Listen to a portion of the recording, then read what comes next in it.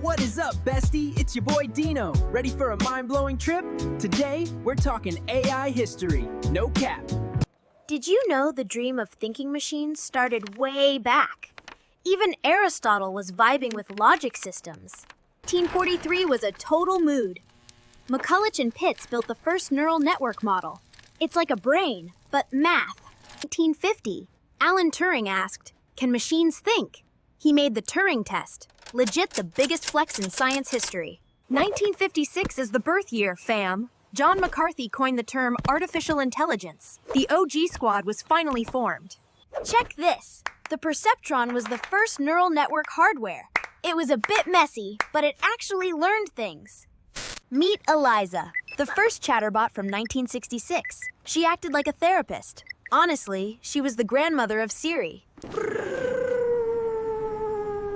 1974. The first AI winter. The 80s were back. Expert systems helped big companies save millions. AI was finally making that bank, you know? But then, boom. Second AI winner in 1987. The hype was too much and the hardware failed.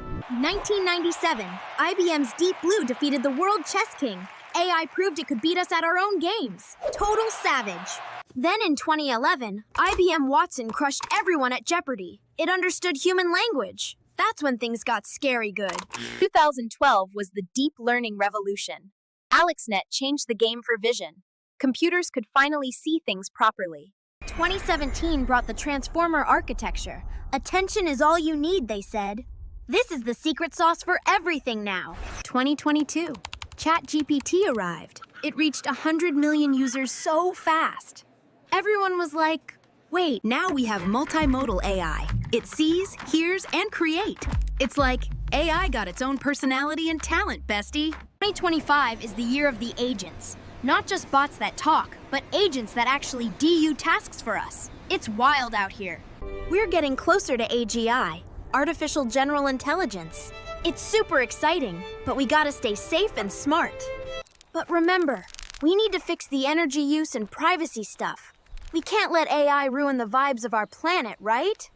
Thanks for sticking with me, bestie. Keep learning, stay curious, and I'll catch you on the next one. Bye-bye.